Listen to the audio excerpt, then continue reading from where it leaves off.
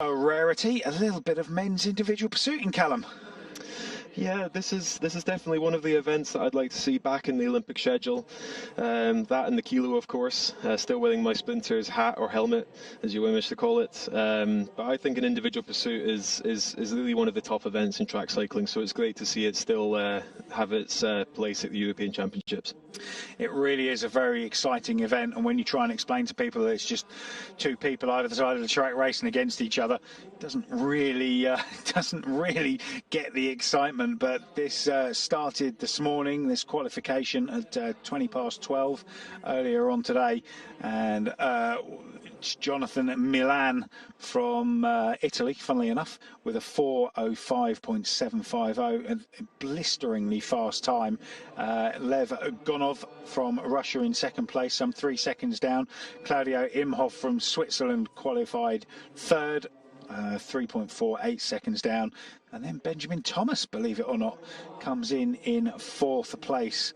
So the points race champion from last night gets back up today and produces a very quick time. And Callum, like, you know, most of the pursuit times, or like most of any of the times in recent years, this time, the time for this event has just gone ballistic.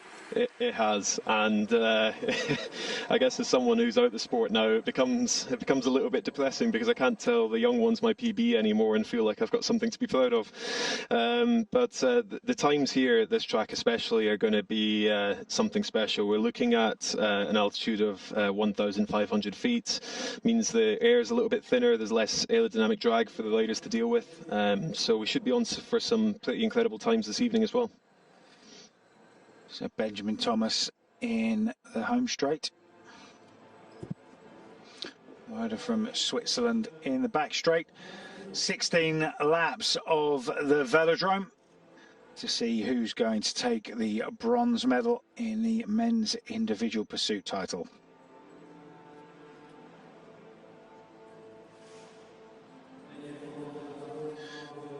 So both riders in their bikes nice and early, hence the slight delay for the beeps to start the 10-second countdown.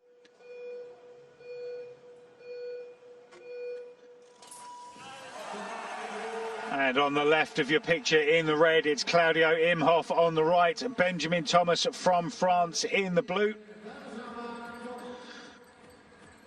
And it's always a sort of slow motion start now in pursuiting, given the size of the gears these guys are riding. And Imhoff at the moment, quarter of a second to the good, but the first opening lap, there we go, neutralizes a little bit, and still a 1/10 and a half up as the riders get tucked into that aero position.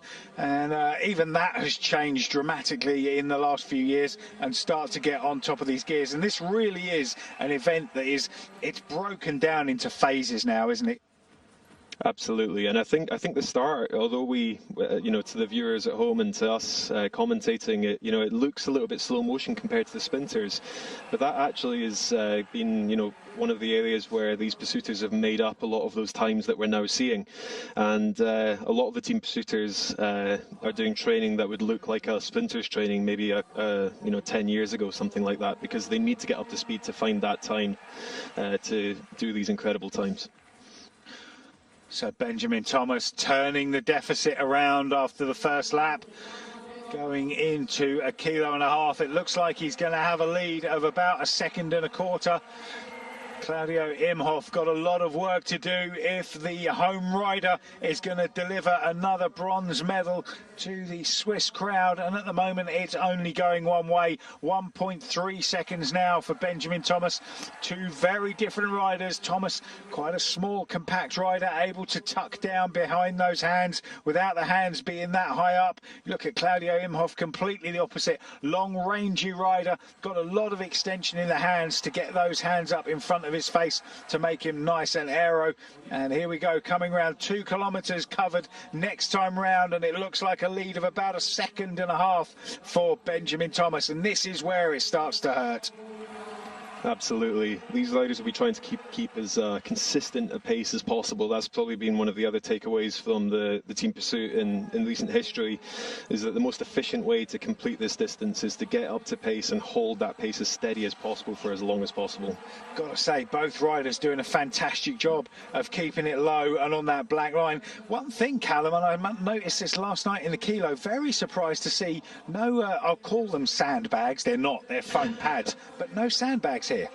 Yeah, it's an interesting one, and the rules have flip-flopped around when it comes to sandbags. Personally, I'm glad to see them go. I think if you get too low on the track, you've got a chance of your wheel actually slipping. We've seen that with Matthias Buschli in a World Cup a couple of years ago, where he got onto the Côte d'Azur, was coming into the corner too fast and lost his back wheel. So you're kind of in control of your own destiny when the sandbags aren't there, and you're not going to gain much of an advantage by going as low as possible. Actually seen one flick up on a front wheel as well and jam between the front wheel and the fork crown, and the rider had a very nasty exit straight out the front of the bike. So yeah, they can be a bit of a pain, and seen in team pursuing and team sprinting as well. If a rider in front hits one, they can flick up to the rider behind as well. But here we go, coming up, 750 meters to go. It's come back, you know, it was a second and a half, it's now 7/10 of a second. Is the home favourite Claudio Imhoff going to be able to turn this round? He's finishing fast. It's now down to half a second, 500 meters to go. He's brought it back down to 3.58 seconds. Sorry, 0.358 seconds. Benjamin Thomas here has got his work cut out, and look at this, Claudio Imhoff coming up to take the bell. It's down to less than 1/10 of a second, and he's turned it around. He's now leading by 1/10 of a second over Benjamin Thomas. The Swiss rider is going to deliver another medal. He's managed to turn round a second and a half deficit, finishing very fast indeed. And Claudio Imhoff, with a 4:08.851, takes the medal by almost half a second over Benjamin Thomas. And Callum, what a fantastic turnaround that was. Yeah, fantastic illustration of why we love team pursuiting, and it was great to see Imhoff, keep his cool, hold his pace. He wasn't riding to Benjamin Thomas' strategy at all, and it's a tremendous bronze medal for them there. There's not a lot of people in this Grenken Velodrome. It's pretty much a sellout, but having said that, there's only about 400 seats in here. We've lost some of those for TV camera positions and commentary positions, but they did enough make some noise there when he turned that one round. An absolutely fantastic ride, and there you have confirmation. Claudio Imhoff with a 4:08.851 against Benjamin Thomas with a 4:09, and it's just worth saying that they were sort of fairly good team pursuit times when I was racing, which is a real sign of how things have changed over the years, and how these team pursuit and pursuit events especially have moved on with the aerodynamic gains and aerodynamic positions that we're seeing.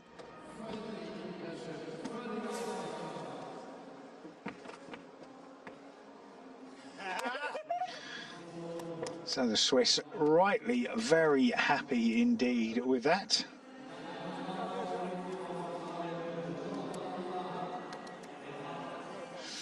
Imhoff takes the bronze medal to add to the, I think it was a silver that they got last night in the team pursuit. As we move on to the final, Jonathan Milan of Italy against Lev Gonov from Russia.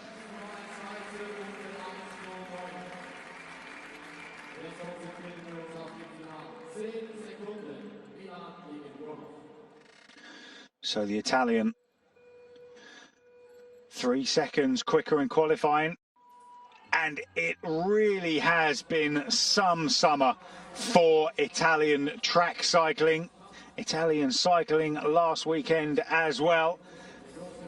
And Callum, they are a nation that is massively stepping up. They really are, and they're such a kind of nation that's entrenched in cycling history. So as a fan, it's amazing to see. Of course, I'd rather still see British cycling on top when it comes to the team pursuit.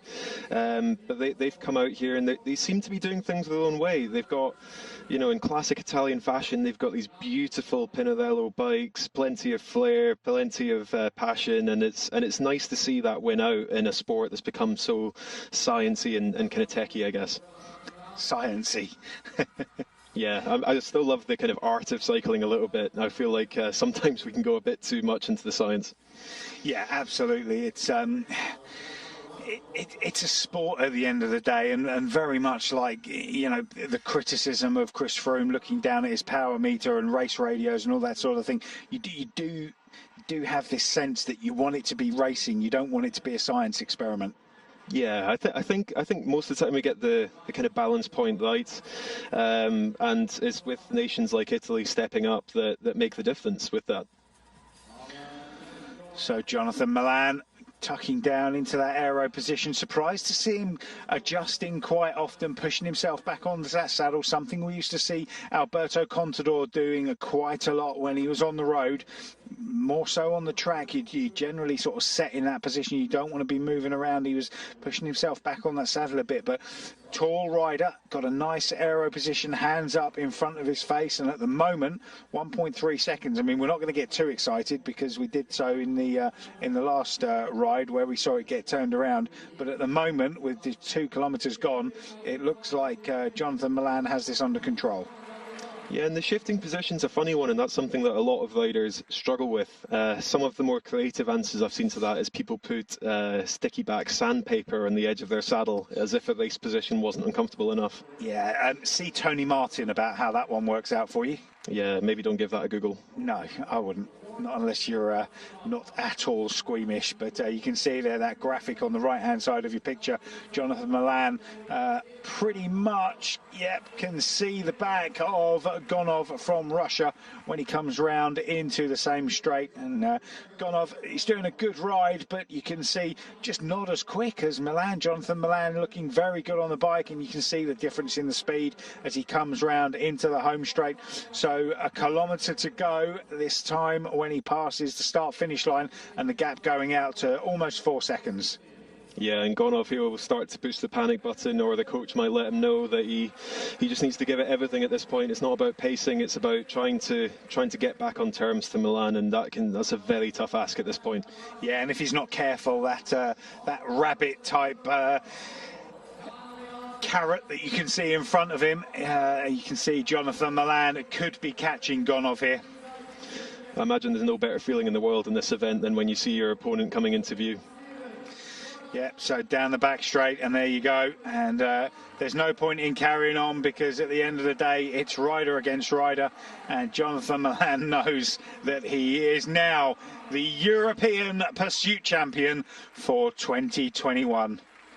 And Marco Velo there, as he has taken this Italian team from strength to strength. They had Elia Viviani for so long, who was the standout rider, and now they've got such strength in depth. Ganna, Team Pursuit, and this guy Milan now making his way onto the senior squad. And it's worth pointing out, Callum, those bars that they have on those Pinarellos, they really are something. Yeah, it's definitely a favourite in the track centre. Whenever anyone brings out a new bit of kit, as I said, everyone's getting their cameras out or giving it a little flick to see if there's any interesting sounds coming out of it. But it's definitely one of the most beautiful bikes in the track centre.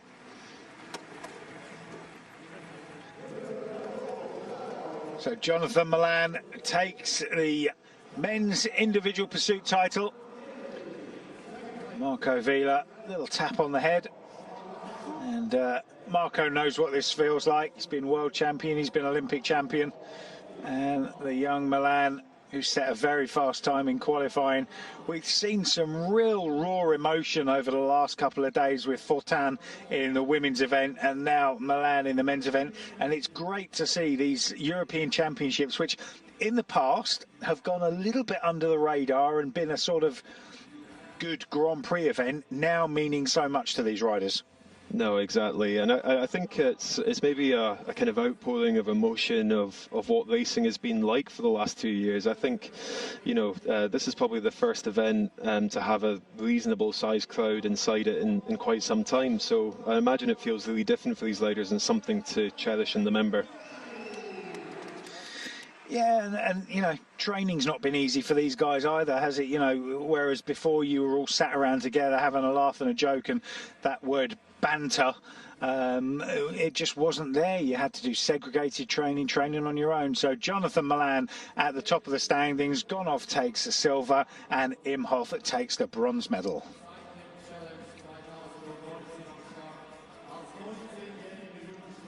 So a fantastic night of racing so far.